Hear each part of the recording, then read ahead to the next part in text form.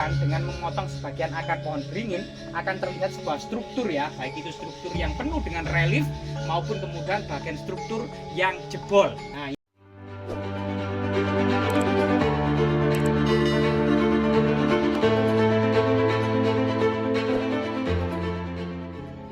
ya, pemirsa, saat ini kita berada di sebuah lokasi candi yang sangat megah pada masanya, di mana memang beberapa hari ini diekskavasi oleh Balai Pelestari Kebudayaan Jatim ya, BPK Jatim, yang bekerja sama dengan pemerintah daerah Kabupaten Pasuruan, sehingga pemerintah daerah ini mengucurkan dana untuk melakukan ekskavasi ini bersama warga desa setempat. Saat ini membuka ya area bagian sebelah barat. Ternyata selain kemudian struktur candi yang sangat megah tepat di bawah akar pohon beringin raksasa, ini bisa kita lihat di sana ada semacam antefik yang berhiaskan sulur gelung yang sangat indah ya. Nah, termasuk kemudian struktur yang di sana agak bagian tengah itu semacam struktur yang jebol. Nah, ada struktur yang jebol, terlihat sekali bagaimana kemudian fragmen batu bata ini bercampur tanah, bercampur bongkahan-bongkahan batu candi. Nah, selain itu kemudian pada struktur bagian barat ini ternyata ditemukan struktur batu bata kuno ya yang memanjang, dan ini kemudian berbelok ke kanan dari sini, dan ini memang belum tahu ujung-ujungnya dan fungsinya seperti apa sebenarnya struktur batu bata kuno ini. Entah semacam untuk menaruh semacam candi perwara ya. Biasanya ada di depan candi induk itu ada candi perwara yang di dalamnya biasanya lembu nandi kalau memang candi ini bersifat siwaistik ya. Namun memang sampai saat ini belum bisa juga secara serampangan menentukan sebenarnya candi ini bercorak Buddha atau bercorak Hindu. Namun memang beberapa ekskavasi yang dilakukan dengan memotong sebagian akar pohon beringin akan terlihat sebuah struktur ya, baik itu struktur yang penuh dengan relief maupun kemudian bagian struktur yang jebol. Nah, ini selain itu kemudian selain balok-balok kemudian batu candi yang sangat melimpah gitu ya, penuh dengan berbagai macam seperti ini. Jadi batu batanya ini termasuk kemudian batu-batu candinya menyiratkan sebuah candi yang sangat indah, sangat megah, di mana hiasan dan pahatannya ini sangat halus ya, lengkung-lengkungnya. Jadi kurung kurawal, meander gitu ya, sulur gelungnya ini juga sangat-sangat indah sekali ya. Termasuk kemudian beberapa yang diamankan adalah kalah makara yang sangat besar dan sangat indah, serta kemudian antefik yang berupa kinara, serta sosok wanita, serta yang sangat luar biasa adalah bentuk dari antefik yang dipahat ya dengan mitologi burung Garuda. Jadi mitologi burung Garuda dengan pahatan yang sangat halus dan sangat indah ini sangat langka. Berbeda dengan penggambaran burung Garuda di beberapa candi lainnya. Nah, Garuda-Garuda di sini ini mulai dari bentuk wajahnya, paruhnya gitu ya, dada, tangan dan kakinya memang sangat-sangat indah sekali, berbeda dengan di lokasi yang lainnya. Jadi selain kemudian jika kita mengetahui bahwasanya banyak sekali akar-akar kemarin yang dipotong gitu ya. Jadi banyak sekali kemarin di sini akar-akar yang dipotong. Jadi akar pohon beringin ini kemudian sebagian itu disisihkan, sehingga banyak sekali kemudian pohon beringin lainnya ya yang semacam menyanggah dari batang-batang yang melengkung gitu ya. Jadi sehingga kemudian bagian di candi ini bisa kemudian nampak struktur candinya. Selain kemudian antefik, kurung kurawal, di mana kemudian di sini juga ada penggambaran ya, bagaimana kemudian makhluk-makhluk mitologi, para wanita dengan busana kebesarannya maupun keindahannya, kecantikannya, ya banyak sekali. Bahkan memang antefik seperti ini gitu ya, yang sangat indah, ini sangat banyak sekali dan sangat melimpah. Artinya kalau disusun atau direstorasi bahasanya gitu ya, itu kemungkinan memang candi ini sangat tinggi dan sangat besar, dan memang ada semacam ruangan bagian tengah karena ada kala makaranya sebagai yang berada di ambang pintu atas masuk sebuah bangunan candi.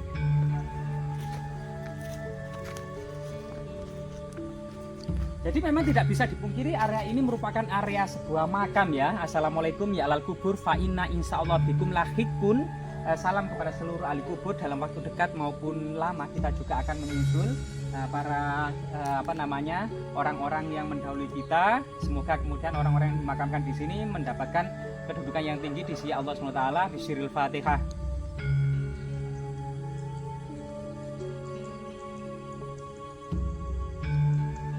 Jadi akar-akar pohon beringin ini ya sangat-sangat luar biasa sekali. Artinya bisa jadi memang pohon beringin ini berumur sudah puluhan tahun atau mungkin beberapa ratus tahun ya. Dan jika kita lihat gitu ya, sebagian memang diduga pohon beringin ini sejak kecil itu tumbuh di bagian struktur bangunan candi. Jadi jika kita lihat di atas ini ya, nah kita akan bisa melihat jadi pohon beringin dari atas kemudian ke bawah gitu ya. Dan ini adalah pohon beringin yang penuh dengan akar atau pohon yang dipenuhi dengan akar bergelantungan atau akar nafas. Nah ini, nah di sana kemudian beberapa bagian akar yang dibersihkan ya pada bagian kiri, kemudian bagian tengah gitu ya, akan menampakkan sebuah struktur, bentuk, ukuran serta berbagai macam ragam hias dari candi, termasuk bagian candi yang memang bagian tengah itu jebol. Diduga memang penjebolan itu kemungkinan memang untuk mengambil peripih, yaitu peripih itu bagian dari jiwah candi ya, yang biasanya wadahnya terbuat dari batu, ada yang berlubang 1, ada yang berlubang 6, 9, 12, yang berada di tengah dari sumuran candi. Bagian candi yang ada di tengah itu biasanya ada sumuran yang dikenal dengan pedagingan atau jiwah dari candi itu sendiri, yang di setiap lubang-lubang peripi itu biasanya ada emas, permata, intan, biji-bijian, kemudian rambut, termasuk arang maupun abu ya. Ini salah satu kemudian bagian termagis dari sebuah bangunan candi. Jika kita lihat kemudian banyak sekali ya bongkahan-bongkahan yang lainnya seperti ini.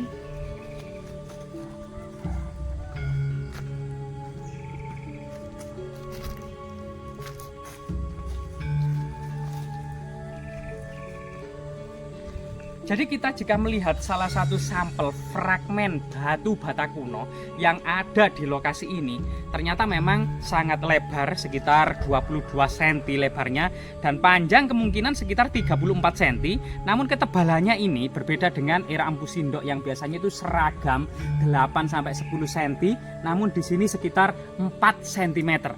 Atau 3-4 cm. Ini diduga memang batu bata ini masa kerajaan Majapahit.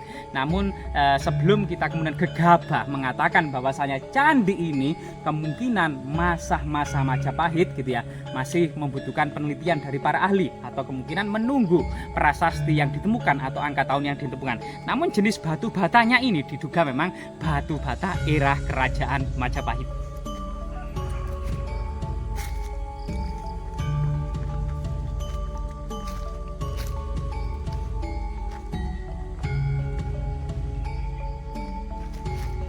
Jadi balok-balok batu candinya itu sangat-sangat melimpah, dan antefik yang ditemukan itu sangat indah. Misalnya di kotak yang ditandai oleh arkeolog Balai Pelestari Kebudayaan ada T5U5 ya, dan di sini ada semacam antefik ya, yang berupa berupa floral dan bunga-bungaan, tapi mirip seperti kala. Jadi kala yang penuh dengan bunga, ceplok dan floral ya, ceplok dan sulur-suluran. Ini banyak sekali. Nah, ini seperti memang taring sebuah kala ya. Namun memang mirip kala tapi juga mirip dengan floral. Nah, sebelahnya ini juga gitu. Nah, di kotak ini, di began ini juga penuh dengan balok-balok batu candi, dan yang sangat menarik di sini adalah juga penuh dengan floral atau juga disebut juga kala ya, karena ada taringnya. Yang taring sini itu putus gitu ya. Ini tinggal satu taringnya, dan ini batu-batu yang putih halus. Namun di sini ada simbol pustaka ya, simbol pustaka miring. Jadi ini adalah simbol pustaka. Pustaka sendiri adalah semacam kitab kuno ya, yang menatakan bahwasanya kita harus mengacu pada kebijaksanaan, ilmu pengetahuan dan kitab-kitab ya, sebagai kemudian wujud tingkat kecerdasan, tingkat kebijaksanaan dan tingkat keilmuan dan pengetahuan dari leluhur kita ya, bener leluhur kita. Dan coba ini kehalusan pahatannya itu mencerminkan pemahatnya ini memiliki kehalusan budi, kehalusan hati ya, dan perasaannya. Begitu juga di sini. Nah, Ini jadi kala yang pustaka, ini kala bermata satu. Nah, jadi ini ada kala bermata satu yang ada di tengah, dan giginya, taringnya ini tetap ada dua ya, berhiaskan ada beberapa gigi-gigi dan taring, namun matanya satu. Ini mungkin beberapa kajian sejarah juga mengatakan ini adalah kala bermata satu. Jadi ini sangat luar biasa sekali, dan juga banyak sekali kemudian antefik yang lainnya, termasuk di sini. Nah, ini juga sangat indah sekali ya. Antefik yang sisi sini, jadi ini kelihatannya ceplok ya, bercampur dengan sulur-suluran, meander gitu ya. Dan ini salah satu kemudian, iya, jadi kehalusan, kerumitan pahatnya, dan ini apa ya, mencirikan sebuah kesabaran. Selain kesabaran seseorang dalam memahat ini itu ya, itu adalah kehalusan, sekali lagi kehalusan perasaan dan hatinya. Jadi mengingatkan kita bahwasanya leluhur kita di masa lalu selain kemudian mencitrakan memiliki pengetahuan yang tinggi, memiliki pengetahuan yang dalam gitu ya, juga memiliki tata kerama, kehalusan sifat dan perilakunya. Ini tercermin dari setiap pahatan dan karya-karyanya. Jadi ini salah satu kemudian kita bisa mengambil. Kenapa jika saat ini kita terlalu kemudian egois, terlalu kemudian pemarah, terlalu kemudian kita ini sombong gitu ya. Jika kita lihat dan menyiratkan dari pahatan-pahatan yang dipahat oleh leluhur kita, ternyata dari pahatan inilah kita bisa kemudian mendalami perasaan leluhur kita yang halus, yang lembut, yang penyabar, yang berbudi luhur. Nah, ini salah satu pola-pola sejarah, pola-pola peradaban yang tentu bisa kita ambil darinya gitu ya. Manfaat, budi pekerti, tata krama, kesopan santunan, yang termasuk kemudian kedalaman ya. Atau mungkin juga usaha untuk mencari dan mendapatkan ilmu, baik itu sistem klasikal, individual, guru murid maupun pengembara. Jadi pada masa lalu ini sistem pendidikan itu ada sistem pengembaraan. Jadi diduga para bangsawan muda dari Trowulan ibu kota Majapahit, para pangeran muda dari Trowulan ibu kota Majapahit melakukan pengembaraan untuk menemui para tetua, para maharesi, mahapertapa, mahayogi, untuk kemudian menimba ilmu ya, menimba ilmu dalam sebuah aktivitas penggembaraan atau perjalanan suci, tirta yatra maupun dharma yatra. Sampai kemudian memang masa-masa brahmacarin atau brahmacari itu, ini memang usaha-usaha mencari ilmu sebanyak-banyaknya ke gunung-gunung. Memang jarak lokasi ini dari ibu kota Majapahit yang ada di Trowulan ya, sekitar 10 km atau sampai 13 km, antara 10 sampai 13 km, dan itu menempuh semacam perjalanan menaiki gunung gitu ya. Ada jalan yang berkelok-kelok, jurang-jurang, sawah-sawah, dan hutan-hutan yang perlu dilalui sebagai tahapan dalam susah payahnya mencari ilmu. Nah, di sini juga banyak sekali antefik yang mencitrakan semacam pilin ganda maupun meander. Nah, meander juga terlihat di sini ya. Hiasan-hiasan meander ini cukup banyak sekali, dan termasuk kemudian pinggiran-pinggiran candi ini juga penuh dengan sulur-suluran. Sehingga kemudian Candi Sukorno atau Candi Kesiman yang ada di Dusun Candi, Desa Sukorno, Kecamatan Prigen, Kabupaten Pasuruan, Jawa Timur ini memang menyiratkan sebuah candi yang megah pada masanya dan diam 1000 bahasa di dalam tanah yang terpendam di bawah akar pohon beringin raksasa. Mulai saat ini kemudian bisa mengungkap jati dirinya maupun kemudian bisa bercerita tentang masa lalunya. Namun sepenggal kisah ini tidak kemudian menjadikan dominan atas sejarah yang luas tentang kehidupan, pembangunan maupun sejarah-sejarah yang ada di dalam candi, sehingga kemudian membutuhkan banyak para ahli untuk melakukan interpretasi yang berdasarkan sumber-sumber historis ya, baik itu kemudian sumber-sumber artefaktual maupun sumber-sumber literasi kuno. Semoga kemudian candi ini terus memberikan motivasi, inspirasi, dan manfaat edukasi bagi generasi saat ini maupun generasi yang akan datang ya. Sebagai motivasi, kita dahulu memiliki peradaban yang besar, tidak kalah dengan peradaban-peradaban Tiongkok, Mesopotamia, Mesir kuno, Yunani kuno, sehingga kemudian kita pantas memang sebagai bangsa yang setara dengan bangsa yang lain, bahwasanya penjajah memang tidak sesuai dengan peri kemanusiaan dan peri keadilan. Semoga bermanfaat.